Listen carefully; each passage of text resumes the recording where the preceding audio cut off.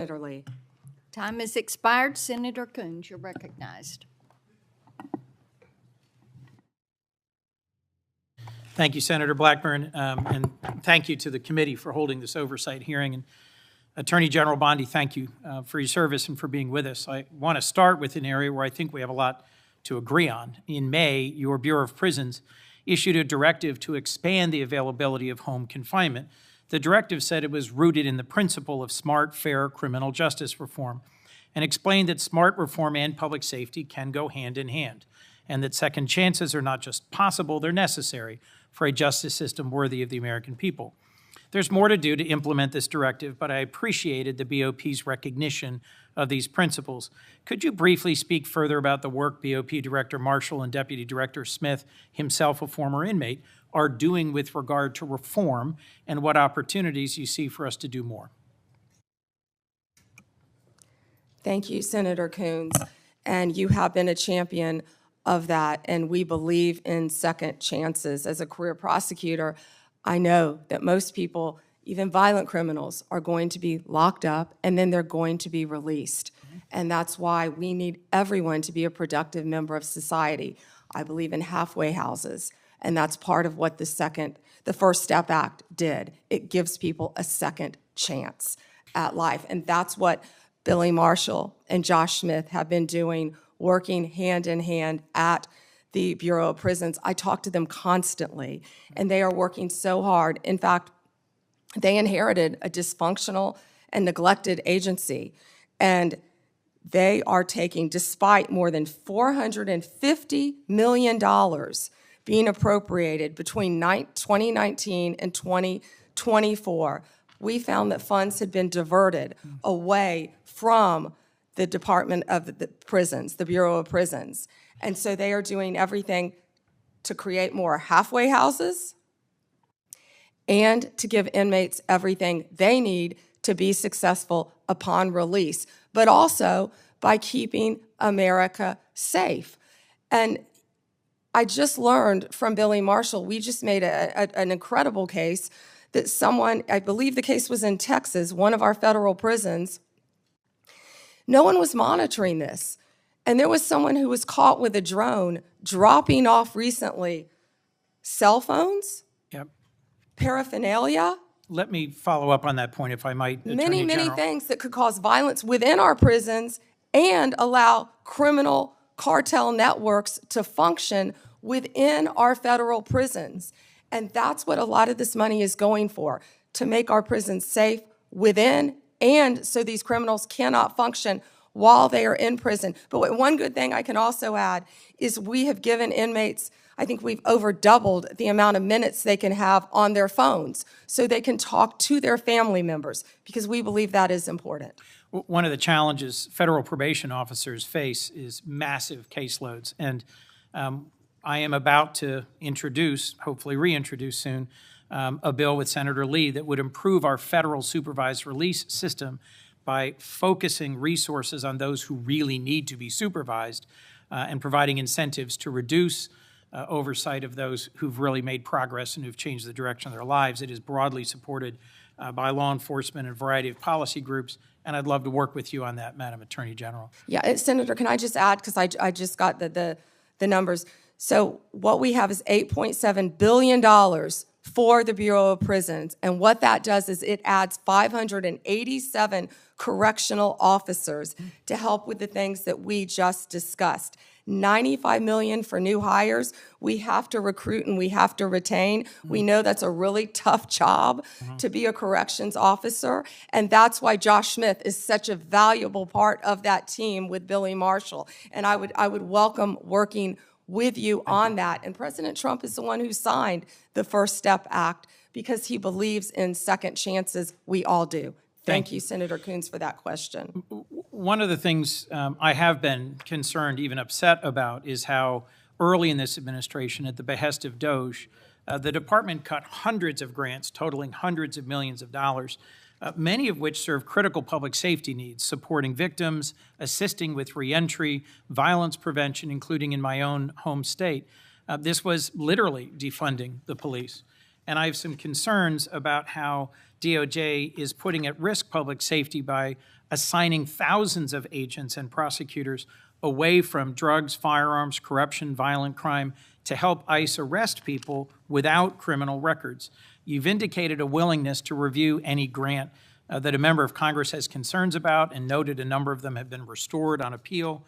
And I appreciate that willingness to admit some misjudgments or mistakes in some of the many grants that were canceled.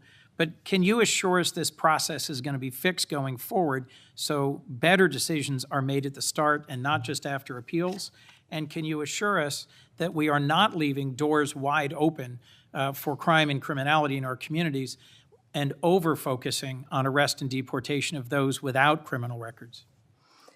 Yes, Senator, thank you for that question. And as I said earlier, we are reviewing all the grants, and I believe we have, turned some back on for senators who have called. It doesn't matter what state you're from. If it's a law enforcement grant, if it's protecting victims, let us know and we will work with you. And I'm not sure if we have done any in your state yet, but I would be happy to work with you on that. What I can tell you is there have been, out of the 5,800 discretionary grants that were reviewed, only 376 around the country, 7% were terminated. 225 of the grant recipients have appealed that termination. And so far, we've turned back on 18 of those. 17 appeals have been denied, and the rest are being actively reviewed. If any of you know of any of those that you believe should be turned back on, call me. We don't want to jeopardize anything that's hurting. Please do. And Senator, to go to what you said about the FBI and my federal agencies and being pulled to work on immigration cases, they're working hand in hand because we believe that, we have ICE officers out there, as we just discussed. I don't want to repeat that, who are being harmed. We're going to work with them, and I've directed all of my law enforcement agencies to work with ICE to make sure they're safe in Chicago, to make sure they're safe in Memphis, to make sure they're safe right here in Washington, D.C., but also at President Trump's direction. We are not stopping the core function of what we're doing, and that is fighting violent crime, and I think Director Patel made that very clear with all of the arrests that our FBI have been making on violent criminals. And there's so much that we can't talk about here, but if any of you are on the Intel Committee, we are fighting terrorists around this country every single day. Our lawyers are shut down right now. They're not getting paid, but crime is not stopping. They are working around the clock to not only keep our country safe, Senator, but to keep our world safe. And Madam Attorney General, I think all of us hate that there's a shutdown and its impact on the federal workforce, and are working to find a way out of this shutdown, but one that will also restore cuts to health care. We could spend a lot of time on that, but let's focus on, if I could, two more questions related to your service as the Attorney General. The government's asserting the authority to summarily kill people. It says our cartel members through military strikes against boats on the open ocean in the Caribbean. Congress has never authorized such a use of military force, and it's unclear to me how the administration has concluded that these strikes are legal. I'm concerned with what the limiting principle is, whether the government could summarily kill people. It just declares our cartel members as well as unlawful combatants inside the United States, or if they were American citizens. This isn't about defending cartels, and these aren't hypothetical questions. President Trump assembled military leaders and said they would be needed to fight the enemy from within and to train in cities in the United States that he describes as chaotic and violent. Due process is the cornerstone of our Constitution. I'm deeply concerned about the authority our president seems to be asserting to summarily kill people suspected of criminal activity outside the law. As the chief lawyer for our federal government, you have a unique responsibility to ensure maintenance of our constitutional standards. How did you conclude that these strikes on ships or boats in the open ocean are legal?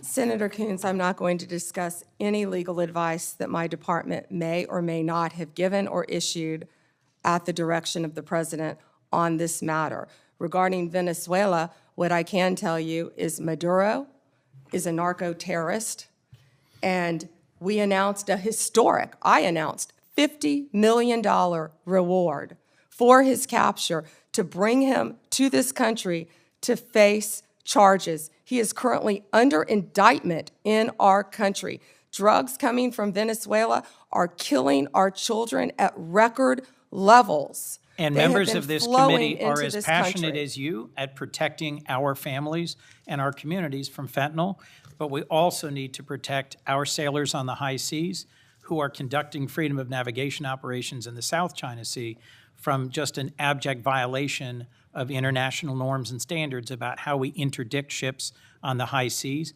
We can push back on fentanyl and drug trafficking. Many of my colleagues have done so as former U.S. attorneys or prosecutors or attorneys general, but we have to do it in a way that is in keeping with the core values of our Constitution.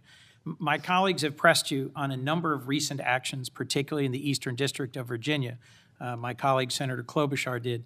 And I just wanted to add my voice to those who have expressed real alarm at how in your confirmation hearing you said you would be leading a department that would look forward, yet public statements by President Trump urging you to go after and to indict and to prosecute specific named people seem to have led to dramatic and sudden action by the department. I am gravely concerned about what is no longer a hypothetical question, which you refused to answer in your confirmation hearing, but is a real question about when or if the president demands you prosecute individuals because he views them as opponents or enemies, what you will do and what your limiting standard is, because the recent episode around the indictment of James Comey left me very concerned about the direction of the department. We're a minute and a half over, Senator Chairman. May I answer? Yes. Senator Coons, as you have stated in the past, no one is above the law. And James Comey is a pending case right now. It's a pending indictment. He was indicted by one of the most liberal grand juries in the country, by our U.S. Attorney Lindsay Halligan, right here in Virginia. And it's a pending case, so I'm not going to discuss the facts of a pending case. But you can understand the alarm about the circumstances of the indictment immediately following President Trump demanding that you take action to indict and prosecute that specific individual. Thank you, Mr. Chairman. Before Hawley, without objection, introduce